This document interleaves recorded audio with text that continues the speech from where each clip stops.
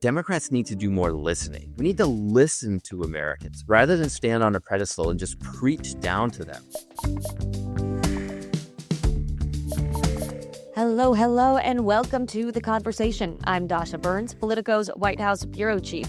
And every week on this show, I invite one of the most compelling and sometimes unexpected power players in Washington and beyond in for a chat to find out how they are navigating and shaping this incredible era of American politics. This week, we finally reached the end of the longest government shutdown in history. It happened after a group of Senate Democrats decided to strike a deal that did not include the extension of Obamacare tax credits. And many of their fellow Democrats in Congress are not too happy about it. My guest this week is one of those not-so-happy Democrats, Massachusetts Congressman Seth Moulton. I caught up with him just before the vote for the shutdown bill on the House floor, and Moulton says Senate Democrats could have done more to guarantee access to affordable health care. Moulton is a veteran. He served 4 tours in Iraq as a Marine infantry officer, and he's running for Senate, primarying his fellow Democrat, Ed Markey. We talk about that and so much more. And later on in the show, I chat with my colleague, Mike DeBonis. Mike is the senior congressional editor here at Politico. He's been following the story of this shutdown very closely. We discussed what factors finally got us to the end, what was won, what was lost, and what might happen as Congress enters the new year and beyond. But first, here's my chat with Congressman Seth Moulton. Congressman Seth Moulton, thank you so much for joining the conversation. Great to be here, Dasha. Let's talk about the shutdown. It's poised to end with no real compromise made on the expiring healthcare subsidies. What do you think this means for the Democratic Party? It means that Schumer just gave it. He just quit right when we actually look like we might be able to win. And it's tough right now to win in Washington when Republicans control the White House, the House, and the Senate. But we were moving. Trump said to the Republicans, you've got to make a deal. He said the shutdown was part of the reason why Democrats had great election victories last week. He even has people like Marjorie Taylor Greene, one of his loyalist supporters, one of the most conservative Republicans in history, siding with the Democrats, saying her own family can't afford health care. So why on earth Schumer would quit now? I don't know. There's real backlash at the Democrats that voted to support this bill. And there's a lot of grumbling about leadership strategy here. But one thing I have been hearing from some Democrats who were broadly supportive of ending the shutdown is what was the alternative end game here? I know you recently said that there was more room to negotiate than Senate Democrats took advantage of. So what would your strategy have been here? Well, first of all, if you're the leader, you got to keep the team together. You know, it doesn't count to be the leader and stand on a pedestal and saying, well, I voted against it. But the bottom line is enough Democrats defected to give in to the Republicans. That just means you're an ineffective leader. Second of all, let's pull this deal apart. We held out to lower Americans' healthcare costs, and we did not get that from the Republicans. They did not agree to that. They have some specious agreement to have a vote that will probably fail. And so a lot of American families are not going to be able to afford health care because Schumer gave in. Now it comes out today that we're also paying off a bunch of senators, $500,000, $500,000 each in this deal that 8 Democrats agreed to. That's just saying the quiet part out loud. We know that Republicans believe that there's a different set of rules for the wealthy and the well-connected. Well, now U.S. senators are just getting $500,000 paychecks from the DOJ just so that they can be like Donald Trump and get payouts from the Department of Justice, even though they're the ones suspected of crimes. The thing is, though, it did not seem like Trump and Republicans were willing to negotiate on these subsidies with the government closed. In fact, you had Trump calling to end the filibuster. If there was no deal to be had, what would the off-ramp have been for Democrats? What should it have been? Look, the off-ramp would have been to actually have these negotiations. Donald Trump changes his mind every day. I mean, we know that about him. And Senate Republicans were firm that they were not going to give up the filibuster. They don't want to lose that when Democrats come back to power in the Senate, which with the way things are going might be at the card for next year. So the bottom line is here, I think there was movement. And so this is not the time to give up. If Republicans were somehow gaining advantage here, if the polling was shifting in their favor, if they had done well in the elections last week, then I might say, okay, I get it. Like, doesn't seem like this strategy is working, so let's give up. But Schumer has just snatched defeat from the jaws of victory. Well, you, along with some of your colleagues, have called on Schumer to step aside as minority leader. Do you have ideas for who you would like to see replace him? I do have ideas, and I'm not in the Senate, so I'm not really in a position to say exactly who that should be. But I do have ideas because I've heard suggestions from senators. I've heard suggestions from people who really, have a stake in who their leader is. Throw a few names out, because I'm just curious, what is the kind of person you think should be in that position now? Someone younger, someone who has a reputation of being a tougher fighter against Trump. Because there's two problems here. One, Schumer has proven to all of us that he can't keep the team together. But two, Schumer has also proven to Trump that his strong arm tactics work. And so until Trump sees a different opponent, he's going to just assume this playbook for the next time a negotiation like this comes up. So maybe Trump will be quicker to fire a bunch of federal employees without justification. Maybe he'll be quicker to go to the Supreme Court and beg the court to allow him to let American families starve like he did this past weekend. These things will hurt the American people. So this isn't just about Senator Schumer's ego and whether or not he thinks that he should be in this job. This is about the American families that are going to get hurt next time by Trump when he thinks that he's going to be able to strong-arm Democrats again for a third time because Schumer is still leading the pack. Do you think we're going to be back at this again in the end of January? Honestly, that's what people are already talking about today. Well, no one's going to love to hear that, Congressman. That is not encouraging news for most Americans who have been incredibly frustrated with Washington. Let's talk a little bit about your world outside of D.C. You are challenging Ed Markey for his Senate seat in 2026. How's your candidacy different? I'm someone who's always been willing to go against the grain, against the status quo, to challenge the establishment when it's not getting the job done. From back in 2014, when I first ran for Congress against an 18-year incumbent, to 2018, when I established Serve America, this amazing organization outside of the party infrastructure that recruited, mentored, and supported amazing military veterans and national service veterans like Abigail Spanberger, Mikey Sherrill, two of the huge bright spots from last week. Yeah, I actually interviewed Mikey Sherrill last week. You're all part of the veterans in Congress, and now she's going to be governor. Exactly. And Serve America actually introduced all these veterans to each other in the course of the 2018 campaign, raised millions of dollars for them. And we accounted for more than half the seats that Democrats flipped in the entire country to take back the House and finally put a check on Donald Trump in his first term. So the point is, I'm not afraid to go against the party when I think the status quo is not getting things done. And look, that's not always a popular position in the party. But right now, with a second term of Donald Trump and him hurting people across Massachusetts, across America, that kind of leadership I feel is urgently needed.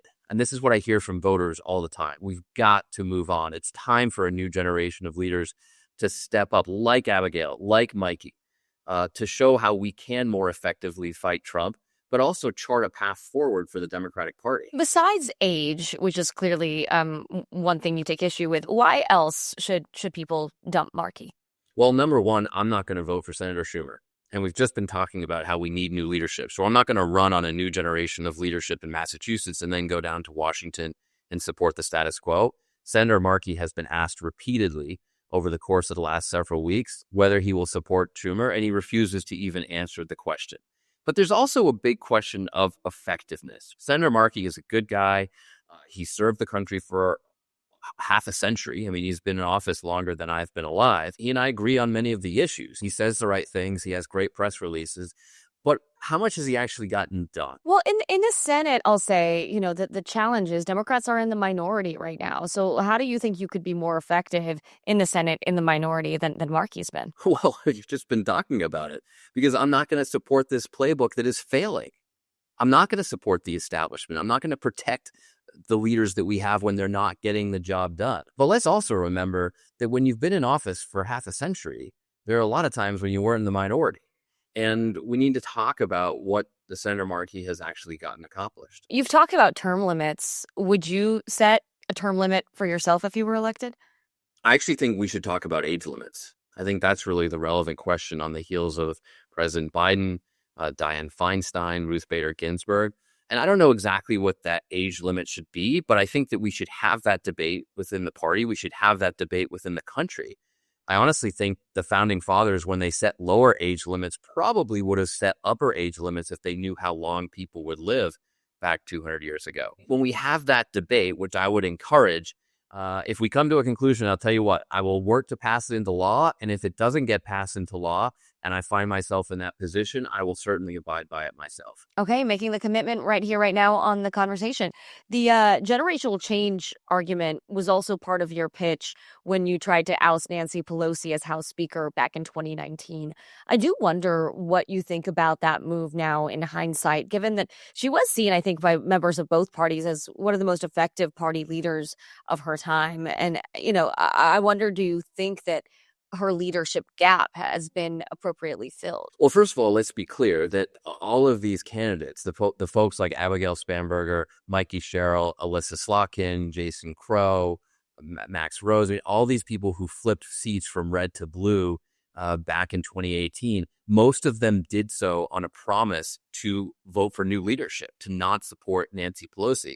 So the reality is I was just supporting what this team wanted, what was clearly the sentiment that helped us win the midterms.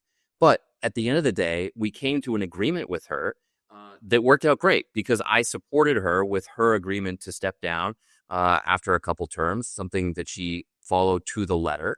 And it's made the room for a new generation of leaders, specifically Hakeem Jeffries, but also Catherine Clark and Pete Aguilar, who are in party leadership right now.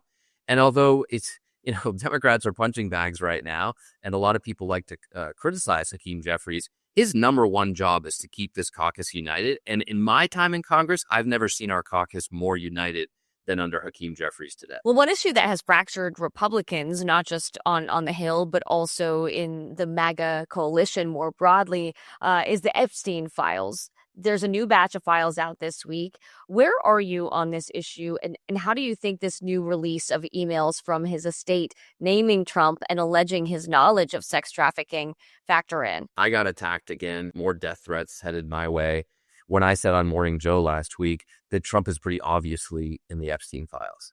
And lo and behold, here we go. It only took a week for it to come out that he's in emails between Jeffrey Epstein and Ghislaine Maxwell or whatever her name is. So the reason why this matters so much is not just because of the horrific crimes. I mean, dozens of underage girls abused heinously, which is just disgusting beyond belief and incredibly unsettling. But the fact that all these rich people get away, because this is the Republican America. The GOP has become the PPP, the Pedophile Protection Party.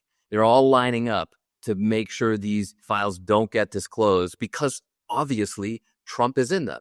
And it just says the quiet part out loud, which is that if you're rich, if you're wealthy, if you're well connected under the Republicans, you play by a different set of rules. If these were middle-class Americans, working men who took advantage of girls like this, they'd be in prison. They would have thrown the keys away a long time ago. Instead, Trump is working sweetheart deals for Ghislaine. She apparently now has a dog in a low security prison for no explanation whatsoever. She's been treated like a queen, even though she's a convicted sex criminal. And this is all happening under Donald Trump. So one, it's really obvious that Trump is guilty here. Why else would he be going out of his way to do everything in his power to prevent these files from coming out? And two, it's obvious that once again, the rich get away with murder. The rich play by a different set of rules. Yeah, the president put out a response basically saying that the Democrats are trying to bring up the Epstein hoax because they want to deflect from the shutdown and the other challenges that the party is facing. What do you say to that? The American public blames Republicans for the shutdown because Republicans control Washington, the House, the Senate, and the White House. So that argument doesn't make sense. If there's no problem with the Epstein files, Mr. Trump, then just disclose them. It's completely within your power to do so. Do you think there could be Democrats in the Epstein files? And are you comfortable with their release if that's the case? I'm comfortable with anybody who's a criminal actually getting prosecuted here or actually getting exposed at the very least. And yeah, there probably are Democrats in that list, but I don't care. I am not going to sit here and protect the establishment, protect the wealthy, protect the well-connected. That's the point.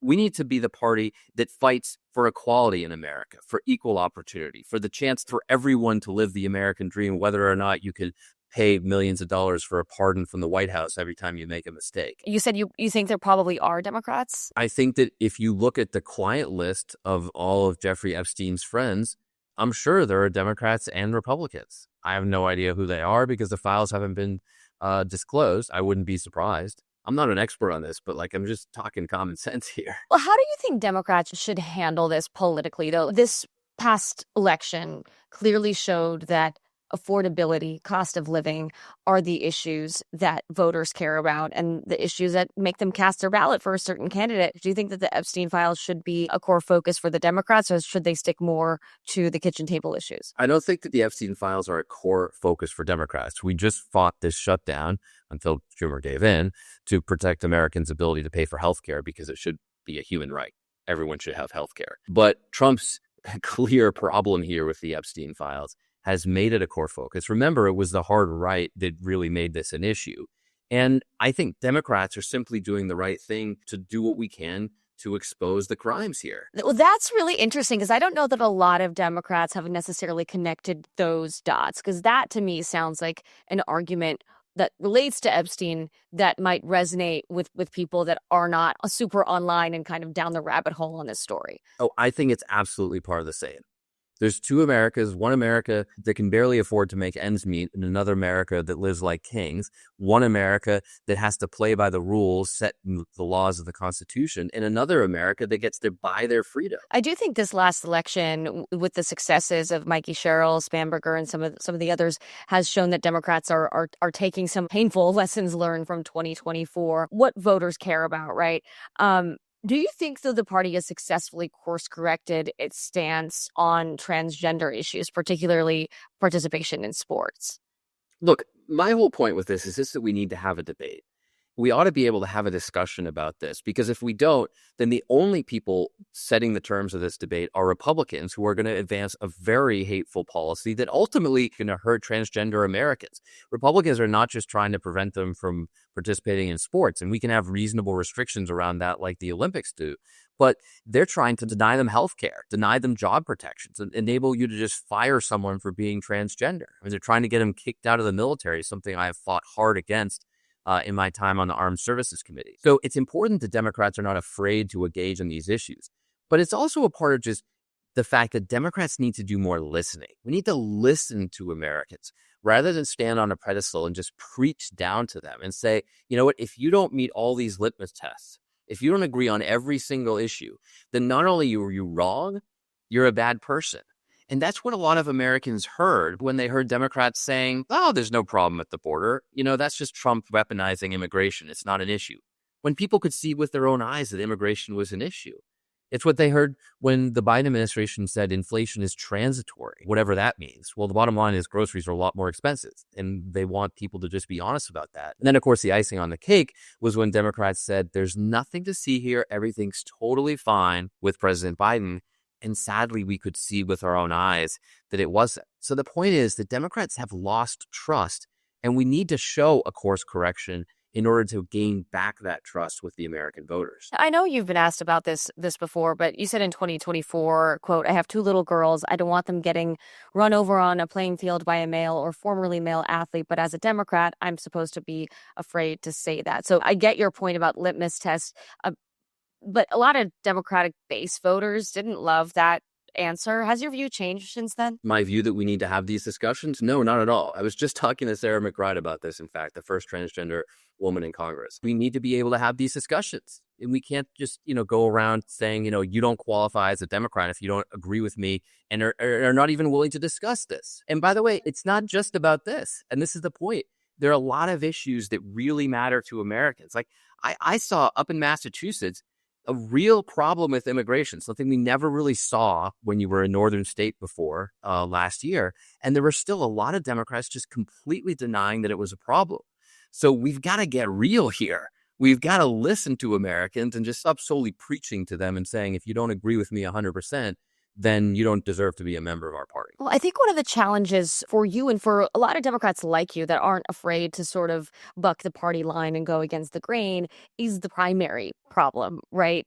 Like, do you think that some of your more edgy positions in the Democratic Party, right? If I can use that phrase. Do you think that that might make your path to victory in a Democratic Party more difficult? I mean, there's some people who are energized by the fact that I'm willing to go against the grain, and some people that want to sit down and listen to my explanation, right? I find that when I have these conversations, especially face-to-face with people, they get where I'm coming from, and they understand that a lot of Americans feel the same way. And if we're going to be a majority party, if we're going to actually start winning again, we have to embrace voters who don't align with us on every single issue exactly the way we would like. One thing that I've seen Republicans and Democrats in Congress start to sort of get on the same page about is the administration's position on Venezuela. I know that you just recently had a look at some classified files. Totally understand you can't share too much with us, but the files included the administration's justification for the actions they've taken with strikes on boats. What can you say about what you just saw? I'm pretty convinced that this operation is no bueno, not good. That this is something that justifies some serious legal questions.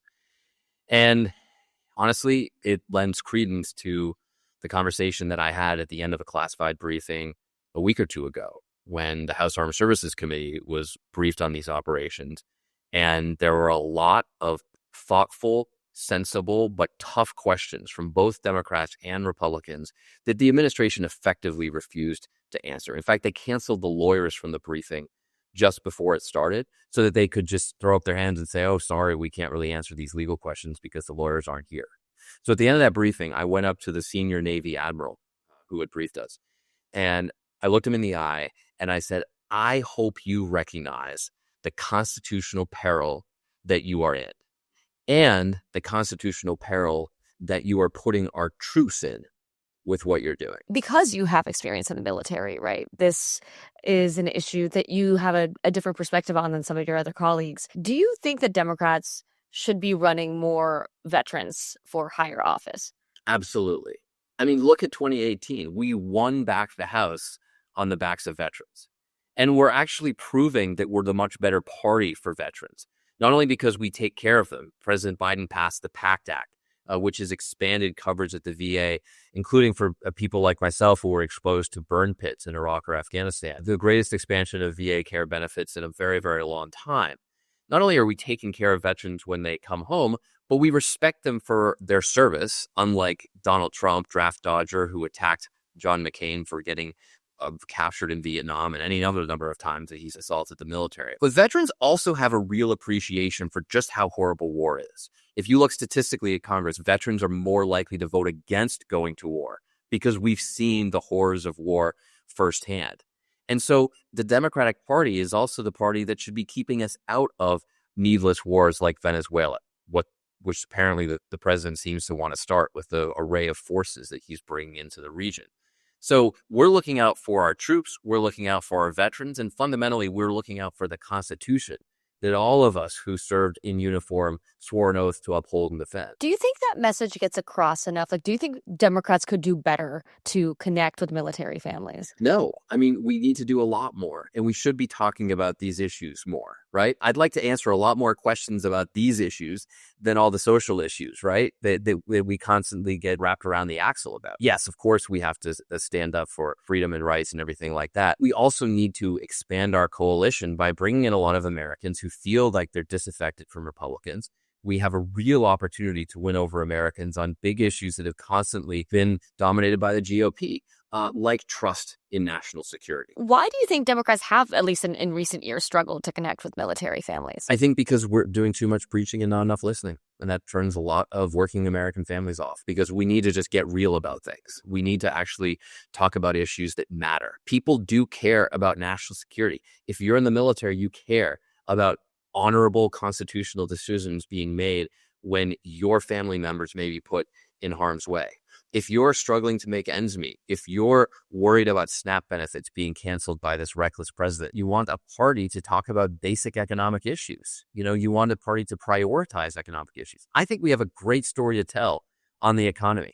I think we have a great story to tell on national security, but we've got to spend more time talking about these issues. We've got to spend more time leading on these issues. And we've got to have leaders in the Democratic Party like Markey, like Abigail, like so many other veterans who can speak with real credibility to these issues that matter to a lot of Americans across the country. And you've become a veteran wrangler for Congress yourself. Congressman Seth Moulton, thank you so much for joining me on what is a busy and historic week here in Washington. Great to see you. Thanks so much to Congressman Seth Moulton for joining the conversation. This week, I also had the chance to catch up with my colleague and senior congressional editor at Politico, Mike DeBonis. We discussed what led Senate Democrats to fold in this shutdown and what might happen next. Here's my conversation with Mike DeBonis. All right, Mike DeBonis, thank you so much for joining the conversation. My pleasure to be here. So look, we are chatting on the 42nd and potentially almost final day of the government shutdown. Just take me through this past week and how it's been for you. Were you surprised to see a deal reached? This past week, I mean, talk about 7 weeks now. It's just they're all blending together. I can't tell one from the other. We thought before the elections last week that we were on a glide path toward something breaking loose. I think the results kind of delayed that for a few days. But by the end of the week, it was clear there was a group of Democrats who were ready to find some way out. And, once that happened, it was a couple days. John Thune decides to keep the Senate in Washington, basically lock them in a room and don't let them leave until they get a deal. It all fell into place on Sunday night. They took the votes. And now we're on a glide path towards ending this thing, finally. So as we're speaking, the House is set to take up the bill where it's expected to have enough Republicans votes to pass when it'll go to the president's desk for signature. Talk us through how this came to be. We had this Democratic sweep in a series of elections. Then right after, a surprising kind of move from Democrats to make a deal. How do you understand this? And what do you think was the impetus to end the stalemate? What you have to understand is that there was always this sort of small group of Democrats who were kind of ready to cut a deal. They understood that the vast majority of their colleagues in the Democratic caucus wanted to fight. They wanted to fight on this ground of health care, on these health insurance subsidies that are expiring, and make that the big issue. And for the most part, they accomplished that. But there were several members who were clearly uncomfortable with the fact that there was a real human cost to this shutdown. That especially, started to hit home around November 1st when you had the SNAP issue come into focus. More recently, you've got heating assistance, a huge issue for New England states. And you'll notice that a lot of the Democrats that were involved in this deal were from New England. And then, of course, you had the air travel, which was getting worse and worse by the day. And on the other side, it would be one thing if they were detecting any sort of squishiness on the part of the Republicans with regard to these healthcare asks, but there wasn't. John Thune and Mike Johnson, Donald Trump, frankly, made clear they weren't going to negotiate on these health insurance subsidies while the government was closed. A lot of them these Democrats went through the big 2013 shutdown with Ted Cruz over Obamacare, where they had taken the same position. We're not going to negotiate with you about health care while the government's closed. We got to open it up and then maybe we can have a conversation. But until then, forget about it. And I think that they understood the Republicans had a huge interest in not crossing that line and nothing was going to change. All that was going to happen in the next week or two is that, the human impacts would get worse. You had Thanksgiving travel season coming up almost immediately. Air traffic controllers can even call in sick. Some of them having to drive Ubers to pay for their groceries. And I think all of it finally, reached the breaking point. And on Sunday, it all came to a head. So for a lot of this shutdown, there was this narrative that Democrats were unexpectedly winning the messaging war, which they hadn't really been able to do in quite some time. Now it's over, and it's not super clear who's emerging the winner here. We know there's a ton of mounting fury at Minority Leader Schumer. How do you think this played for the party at large? If you look at the objective results politically and honestly the polling, most people blamed Trump more than Democrats for the shutdown. Democrats do not feel like the winner. They did not end this on their own terms. They ended this on Republicans' terms. And the fact that there was a smaller sort of splinter group of Democrats who ended up being the crucial factor here, for lack of a better term, betraying their colleagues, has fueled this sense of frustration and resentment and anger that's, not only been directed at the 8 senators who broke ranks, but also at Chuck Schumer. Even though he voted no. That has just created this sense of like, we lost and we're fighting with each other now. If you actually look at the substantive results of the shutdown, like, they have some things that they can say that they reasonably accomplished here. They have brought this conversation about the Affordable Care Act subsidies to the national forefront. We had written several stories about it over the summer. No one really read them, but now everybody knows that this cliff is coming. They won a reversal of some of the mass firings that Trump and Russ Vought did early in the shutdown. They've got some protections against further mass firings into early next year. These are little things. They're consolation prizes, have no doubt about it, but there's something. And if the party had handled it differently, they could have spun this as victory or as some semblance of victory, but that's not how it ended. People are seeing this as a step down, as a capitulation. Yeah, I mean, if Democrats had been sort of unified in the messaging as they ended this shutdown, maybe things could have looked a little bit differently. But, they did, as you said, successfully make this about healthcare. They put that messaging front and center. Now, the final Senate bill doesn't extend the Affordable Care Act subsidies, but it does require a standalone vote on the issue in the Senate in December. How much is that just a symbolic gesture, or do you think that the Democrats' efforts will matter to voters? They have brought the issue to the forefront. Like, obviously, they did not get an outcome out of this. The subsidies continue to expire on December 31st. They got this vote. Again, if this had ended a different way, they could have said, listen, we are united and we are going to fight for this, and put the Republicans on the defensive and make this into a huge issue going into a midterm election year. That's not the message that we have gotten these past couple of days as the end game has sunk in. Instead, you get the sense of division and dejection and things like that. The question is going to be now over these next couple of weeks, can they pull it together? Can they unite? Can they get behind a proposal, woo some moderate Republicans, some swing district Republicans who are incentivized to solve this problem, to not go over this cliff that's coming on December 31st and cut a deal? The odds are against Democrats, no doubt about it, but there is an opportunity here. And the Senate vote is a forcing mechanism that's going to come, probably just before Christmas, where they could, try to get something, or at least put this issue front and center and put Republicans in a very difficult position. They have to get over their own feelings right now, and it's not going to be easy. So what's next here? This bill funds parts of the government through the end of the fiscal year, but others will have to be funded again by January 30th. Like, are we going to have to do this all over again? So this deal includes only 3 of the 12 appropriations bills. And frankly, the 3 bills that they've done are the easiest ones. You've got 9 other bills. They include things like the Pentagon, Homeland Security, the Justice Department.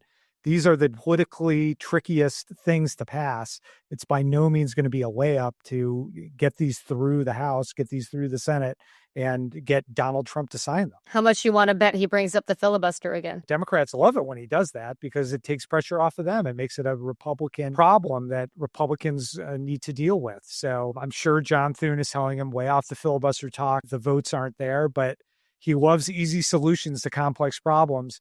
And this is as complex a problem as he has to face in the next couple of months. I can't sit here and tell you we're not going to have another shutdown. No, Mike, that's not what we want to hear. I have a feeling we're going to have to bring you back to have maybe a similar conversation all over again. Fingers crossed you're wrong. This Congress is a dicey one. Mike DeBonis, thank you so much for joining the conversation. Thanks, Dasha. This has been The Conversation with Dasha Burns. We'll be back next week. If you want to catch future episodes of The Conversation, be sure to click that subscribe button below. Thanks for watching.